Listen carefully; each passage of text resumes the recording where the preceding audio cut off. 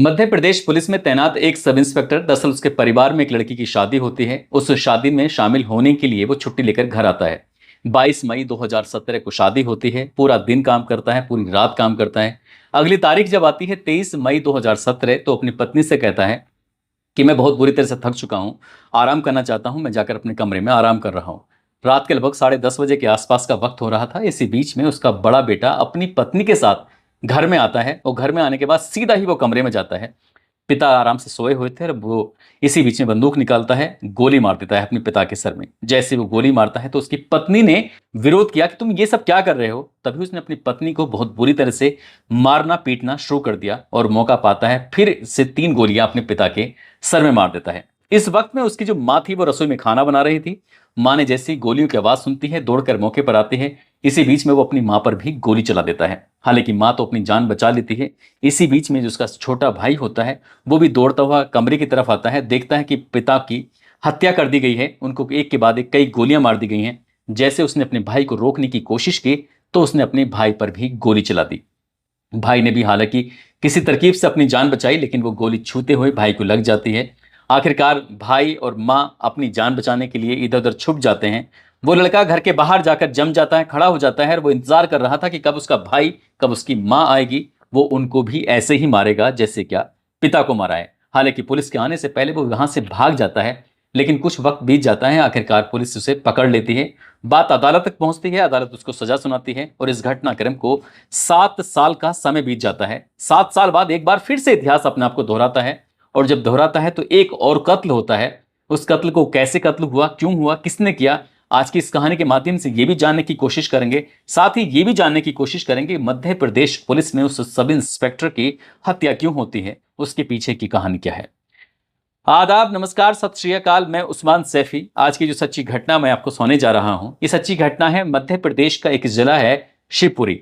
दरअसल शिवपुरी जिले को जोड़ने वाला एक नेशनल हाईवे है, नेशनल हाईवे 26 ग्वालियर से और शिवपुरी की तरफ से नेशनल हाईवे जाता है। तो एक गाड़ी है अर्टिगा कार MP07ZJ1233। दरअसल इस कार के अंदर 3 लोग बैठे हुए हैं। एक ड्राइवर जो गाड़ी चला रहा है, एक लड़की जिसकी उम्र 16 या 17 साल के आसपास रही होगी, एक व्यक्ति है जो पीछे बैठा हुआ है।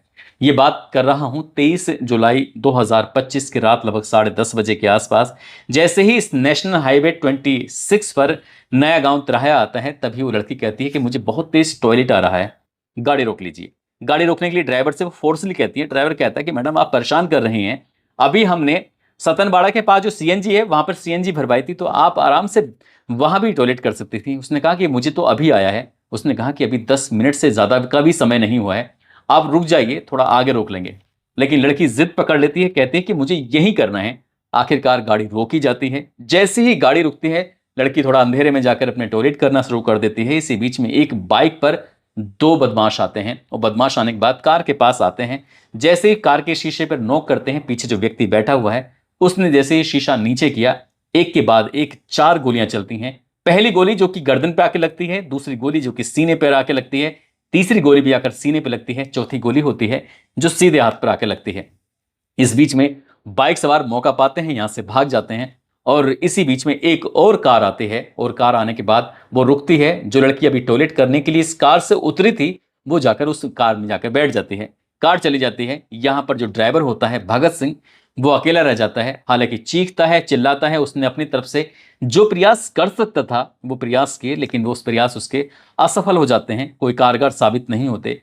इसी बीच में वो पुलिस को फोन करता है। नजदीकी पुलिस स्टेशन लगता है सुभाषपुरा, और सुभाषपुरा की पुलिस जब मौके पर पहुंचती है तो यहां आने के बाद जो व्यक्ति पीछे पड़ा हुआ है वो जिंदगी और मौत की जंग लड़ रहा था, सांसें चल रही थी। उस व्यक्ति को उस गाड़ी से लेकर पुलिस वाले सीधे जय आरोग्य हॉस्पिटल में लेके जाते हैं, जहां पर डॉक्टर उसे मृत घोषित कर देते हैं। आखिरकार उस ड्राइवर जिसका नाम भगत सिंह होता है, उससे पूछा जाता है। वो कहता है कि साहब, मेरी गाड़ी अगले 15 दिन तक के लिए किराए पर ली गई थी। वो पिछले लगातार 15 दिन तक किराए पर गाड़ी को चला रहा था। इसी बीच में जो उसका आदेश हुआ था वो अपने कर रहा था। अचानक से बाइक पर आते हैं 2 लोग, गोली मारते हैं और चले जाते हैं। एक लड़की बैठी हुई थी, वो टॉयलेट की जिद करने लगती। जो अब तक हुआ था, उस भगत सिंह ड्राइवर ने पूरी कहानी पुलिस को बयां की और पुलिस ने ये जानने की कोशिश की कि आखिरकार मरने वाला कौन है। और जो मर चुका है उस व्यक्ति का नाम होता है अजय तोमर उर्फ लीलाधर। दरअसल अजय तोमर उर्फ लीलाधर, जिसके पिता का नाम स्वर्गीय हनुमान सिंह तोमर होता है, तभी पुलिस को 7 साल पुरानी एक घटनाक्रम याद आता है। दरअसल हनुमान सिंह तोमर जो होता है, जो कि भारतीय सेना में था, और भारतीय सेना में रहने के दौरान ही कारगिल का जब पाकिस्तान से युद्ध हो रहा था, तो उस युद्ध में टाइगर हिल्स पर चढ़ने वालों में वो भी एक जाबाज सिपाही होता है। उसके बाद जब अपने सेना से रिटायर हो जाता है तो मध्य प्रदेश पुलिस में उनको नौकरी मिल जाती है। जैसे नौकरी मिल जाती है, उसके बाद वो अपने परिवार में बड़ी शानदार जिंदगी जी रहे थे, और वो उनके जो परिवार था वो ग्वालियर के डीडी नगर कॉलोनी में रहता था। परिवार में 2 बेटे हैं, एक बेटे का नाम होता है अजय और दूसरे बेटे का नाम होता है भानु। दरअसल और साथ में इनकी जो पत्नी है जिसका नाम शकुंतला देवी होता है।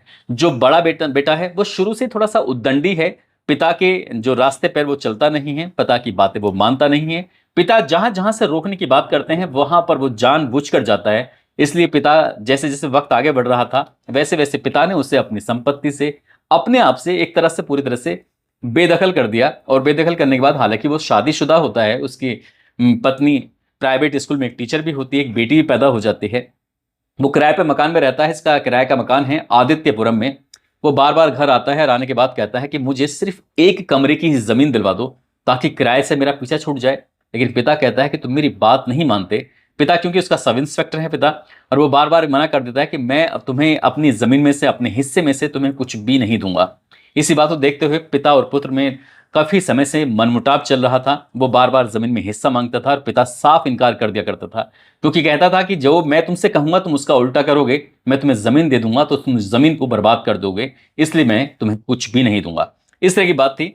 और एक तारीख आती है 22 मई 2017। 22 मई 2017 में जो इस सब इंस्पेक्टर का भाई होता है, भाई की एक नातिन होती है, उसकी शादी थी, इसलिए छुट्टी लेकर वो घर पर आए थे। भांजी की जो भाई की नातिन होती है उसकी शादी में वो जाते हैं, पूरा काम करते हैं। और ये भी बताया जाता है कि उस शादी में ये सब इंस्पेक्टर करीब 6 से 7 लाख रुपए के आसपास खर्च करता है। और इस बात का पूरे परिवार को पता था।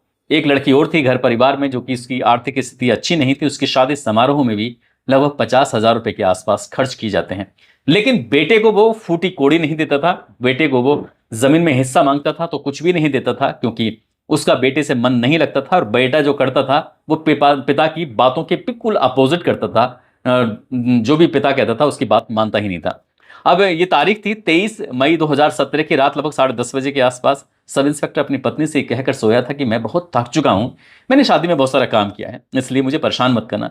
वो अपने कमरे में आराम से सोया हुआ था, लेटा हुआ था। इसी बीच में उसका बेटा आता है अपनी पत्नी के साथ, जो उसकी टीचर पत्नी होती है, और आने के बाद ताबड़तोड़ 4 गोलियां मारता है। 4 गोली लगने के बाद उसकी सब इंस्पेक्टर की मौके पर ही मौत हो जाती है। माँ और जो उसका छोटा भाई होता है वो नजदीकी पुलिस स्टेशन यानी कि महाराजपुर पहुंचते हैं, और जाने के बाद वहां पर अजय तोमर के खिलाफ एक एफआईआर दर्ज कराते हैं और कहते हैं कि हमारे ही बेटे ने, यानी कि शकुंतला कहती है कि मेरे ही बेटे ने अपने पिता की हत्या की है। पुलिस मामले में एफआईआर दर्ज करती है, चार्जशीट लगाती है, मामला अदालत पहुंचता है, और अदालत जाने के बाद साल 2019 में अजय तोमर को आजीवन कारावास की सजा सुनाई जाती है। और कहा जाता है कि तब तक ये जेल में रहे जब तक कि इसकी प्राण न निकल जाए। वो अपनी सजा काट रहा था, और सजा काट रहा था केंद्रीय कारागार ग्वालियर में। ये अप्रैल 2025 की बात है। पहली बार इसको मौका मिलता है, अवसर मिलता है पेरोल पर बाहर आने का। पेरोल पर बाहर आता है, आकर वापस चला जाता है। अब जो इसकी एक पत्नी भी थी, जो पत्नी ने, क्योंकि इसकी बात जो पत्नी जो कहती थी वो मानता नहीं था, इसलिए पत्नी ने कहा कि मुझे इसके साथ रहना ही नहीं है। वो तलाक लेती है, चली जाती है। उसकी अपनी एक बेटी भी होती है, टीचिंग करके अपने परिवार का, खुद का, वो बेटी का भरण पोषण करने लगती है। पति वो जेल में रहता है, लगभग 7 साल से वो जेल में था। अप्रैल में उसे एक बार पेरोल मिल जाती है, फिर से वो पेरोल के लिए अप्लाई करता है। तो 14 जुलाई 2025 से 29 जुलाई 2025 तक उसको एक बार फिर से पेरोल मिल जाती है। जब पेरोल मिल जाती है तब उसने एक गाड़ी किराए पर ली थी। उसने कहा कि जब तक बाहर रहूंगा, घूमना फिरना होगा, तो मुझे कार चाहिए, और कार लेके आता है भगत सिंह। भगत सिंह जहां जहां उसको आदेश मिलता था वहां वहां जाता था। और ये तारीख थी 23 जुलाई 2025 की तारीख थी। उसको कहा जाता है कि आपको शिवपुरी की तरफ जाना है। शिवपुरी जाते हैं, वहां जाने के बाद रास्ते में एक लड़की मिलती है, उस लड़की को बिठाया जाता है, और इसी बीच में एक व्यक्ति आता है, एक मोटरसाइकिल आती है। मोटरसाइकिल आने के बाद जिसमें 2 शूटर होते हैं, उनमें से एक के बाद एक गोली चलाई जाती है। और गोली चलाने के बाद फिर अब इस मामले में किसने हत्या की है, क्यों की है, यही एक सवाल था। जब ड्राइवर से पूछा जाता है तो ड्राइवर ने जैसी कहानी थी उसने वैसी बता दी। आखिरकार ड्राइवर की तहरीर के आधार पर मुकदमा दर्ज कर लिया जाता है। परिवार में क्योंकि उसका जो भाई था, भाई अपना मृतक आश्रित में पिता की जगह नौकरी लग जाती है। माँ उसका कोई वास्ता नहीं था, हालांकि फिर भी उसके माँ ने और बेटे ने थोड़ा सहमति के बाद आखिरकार जो उसकी लाश मिलती है तो वो अंतिम संस्कार करवा देते हैं। अब पुलिस इस मामले की जांच पड़ताल में जुट जाती है। जांच पड़ताल में जुटने के बाद ये जानने की कोशिश कर रही थी कि आखिरकार कत्ल क्यों हुआ, इसके पीछे की वजह क्या है, किसने हत्या की, क्योंकि वो हत्या के जुर्म में ही सजा काट रहा था और पेरोल पर बाहर आया था। तो पुलिस के लिए बड़ा सवाल था। पुलिस ने अब जांच पड़ताल की, इसके लिए टीम गठित कर दी जाती है। अब जो पुलिस की जो टीम होती है वो उस इलाके के रास्ते में पड़ने वाले जितने भी सीसीटीवी कैमरे होते हैं, क्योंकि जैसे भगत सिंह ने बताया था उस ड्राइवर ने उन इलाकों के सीसीटीवी कैमरे जो खंगाले जाते हैं, तो 500 सीसीटीवी कैमरे खंगालने के बाद साथ ही जब ये बताया जाता है कि वो लड़की एक कार में बैठ जाती है, तो कार का हुलिया बताया जाता है कि कार क्या थी। कार थी XUV 500। उस गाड़ी का नंबर पता चलता है कैमरे में देखने के बाद, MP13 CB3053। दरअसल ये गाड़ी किसी और की नहीं बल्कि जो व्यक्ति है जो मरा है उसकी ही सगे छोटे भाई भानु तोमर के नाम से ये गाड़ी होती है। अब पुलिस ने जब उसे गिरफ्तार करने की कोशिश की तो पता चलता है पुलिस को वो चकमा देके वो भाग जाता है, जबकि मध्य प्रदेश पुलिस में वो सब इंस्पेक्टर होता है। उसकी खुद की पोस्टिंग इंदौर में होती है। पुलिस ने उसे गिरफ्तार करने की तमाम कोशिशें की लेकिन उसकी गिरफ्तारी होती नहीं और पता चलता है कि वो भाग गया है विदेश, यानी कि बैंकॉक चला गया है। उसकी फिर मोबाइल की CDR निकलवाई जाती है। कॉल डेटा रिकॉर्ड से पता चलता है कि वो एक व्यक्ति है धर्मेंद्र कुशवाहा, जो कि शूटर है, जिस पर 7 मुकदमे हैं, जिसने साल 2011 में एक पिकंड नाम का एक व्यक्ति होता है, उस पिकंड दादा, उसका उसने हत्या की थी। उसी की हत्या में उसने सजा काट रहा था और 26 जनवरी 2025 को वो इस केस से छूट गया था, बाहर निकल आया था।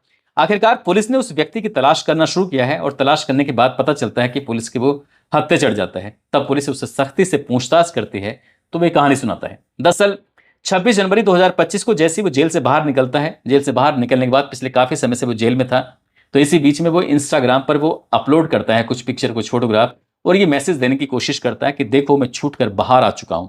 हालांकि उस पर 7 मुकदमे दर्ज हैं, लेकिन वो विचाराधीन होंगे या कुछ भी, लेकिन जिस केस में वो गया था आखिरकार उससे तो बाहर निकल आ चुका था। अब पुलिस ने उसको पकड़ा, उससे पूछा तो क्या क्या मामला था। वो कहता है कि साहब उसके पास एक इंस्टाग्राम पे एक व्यक्ति ने संपर्क किया जो कि मध्य प्रदेश की पुलिस में सब इंस्पेक्टर के तौर पर तैनात होता है, जिसका नाम भानु तोमर होता है। उससे पूछा जाता है कि तुम ग्वालियर की जेल में थे। वो कहता है कि जी मैं ग्वालियर की जेल में था। तभी पूछा जाता है कि क्या तुम अजय तोमर नाम के किसी कैदी को जानते थे। वो कहता है कि जी हाँ मैं जानता था। जिस बैरक में वो खुद था उस बैरक के बिल्कुल बगल में ही अजय तोमर रहता था। इसी बीच में बातचीत करते करते वो उसके खाते में कुछ पैसे डाल देता है, फिर डालता है। इस तरह से करते करते वो 1 लाख रुपए उसके खाते में डाल देता है।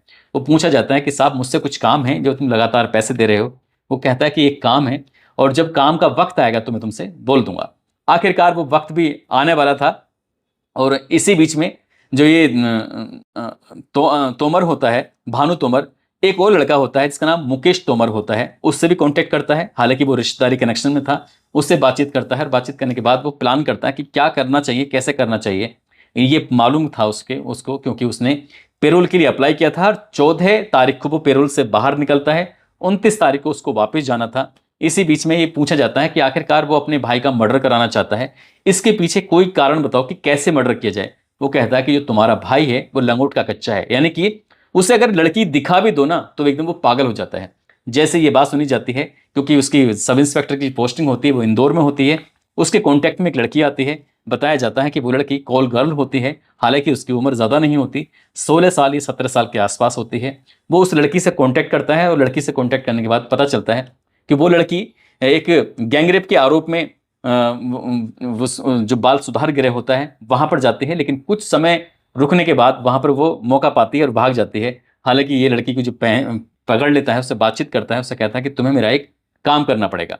इस बीच में वो काम करने वाली बात आती है। जब बात आती है तो मुनेश तोमर, धर्मेंद्र कुशवाहा जो कि शूटर होता है, वो लड़की, तीनों आपस में सलाह मशवरा करते हैं। साथ ही सब इंस्पेक्टर उनको दिशा निर्देश देता है और वो कहता है कि ये काम करना है। इसी बीच में जैसे ही वो छूट कर जेल से आता है अजय तोमर जो पेरोल पाया था, इसी बीच में उस लड़की को सामने एकदम परोस दिया जाता है और कहा जाता है कि ये लड़की है, इसके साथ तुम कुछ भी करना चाहो तो कर सकते हो। शुरुआत में दोनों फोन पर बातचीत करते हैं। फोन पर बातचीत करने के बाद जब ज्यादा एक दूसरे के प्रति अट्रैक्ट हो जाते हैं तभी वो तारीख चुनते हैं 23 जुलाई 2025 को, वो जो गाड़ी उसने किराए पर ली हुई थी, भगत सिंह उस गाड़ी में बैठा हुआ था, और भगत सिंह जैसे ही गाड़ी में बैठा हुआ है तो उसके बाद फिर वो जाता है और उस लड़की को शिवपुरी के एक कटमई चौराहा लगता है, वहां वो लड़की मिल जाती है। और लड़की जैसे मिल जाती है तो लड़की, क्योंकि वो कहाँ कहाँ जा रहे हैं, क्या क्या कर रहे हैं, वो एक एक चीज की जानकारी दे रही थी। आखिरकार नेशनल हाईवे पर नया गांव के पास जो तिराहा लगता है, वहां जैसी गाड़ी रुकवाई जाती है, टॉयलेट के बहाने लड़की जैसे रुकती है,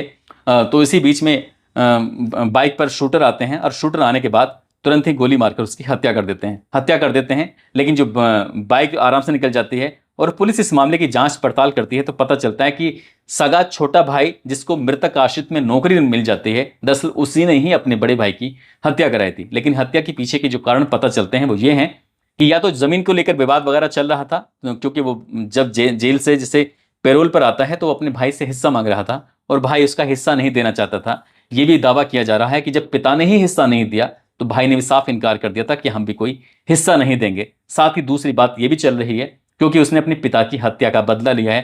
हालांकि वो पुलिस के अभी गिरफ्त में नहीं आया, पुलिस उसे गिरफ्तार करने की कोशिश में जुटी हुई है, क्योंकि वो विदेश गया हुआ है, और वो विदेश से कैसे इंडिया लाया जाएगा इसके लिए पुलिस अपनी तरफ से प्रयास कर रही है। लेकिन जो भी होता है वो वाकई अपना आप में भयानक होता है, खौफनाक होता है। पहले पिता की हत्या कर दी जाती है, उसके बाद फिर बेटे की हत्या कर दी जाती है, और जो बेटा दूसरा हत्या करता है वो बैंकॉक चला जाता है, और जिस जमीन के लिए हत्या होती है वो जमीन वैसे के वैसे एज इट इज है, लेकिन जो उसको बरतने वाले हैं, जो उसको प्रयोग करने वाले हैं, वो शायद नहीं है। दोस्तों, इस पूरे घटनाक्रम को सुनाने का उद्देश्य किसी को परेशान करना नहीं है, किसी का दिल दुखाना नहीं है, बल्कि आपको जागरूक करना है, आपको सचेत करना है। आप जहां भी रहें अपना ख्याल रखें, सुरक्षित रहें। जय हिंद, जय भारत।